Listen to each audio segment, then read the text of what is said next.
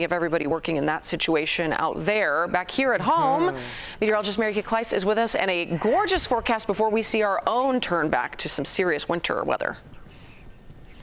Exactly. A strong front is coming tomorrow, Marie, but today we have strong winds creating a wind advisory and an elevated fire risk. So watch for that. Tomorrow we activate a weather alert for severe storms, perhaps in the afternoon and evening. It's all tacked on to a strong cold front that drops us with chilly changes Friday and into the weekend. We go back to the 30s. For now, sunshine dominates our weather picture all day. Look at that, 67 degrees. The record for today is 70. We should be at 36, but we're going way above it. Here's what will happen tomorrow. We stay on that warm side of this approaching system. It's a tightly round area of low pressure dragging cold air, all snow behind it. So you have this circulation coming in with the heat of the day that builds our storm threat, especially between 2 p.m. and 10 p.m. tomorrow. Greatest threats would be wind damage and also large hail with this, but we can't rule out isolated tornadoes with some rotation in these storms, especially downstate.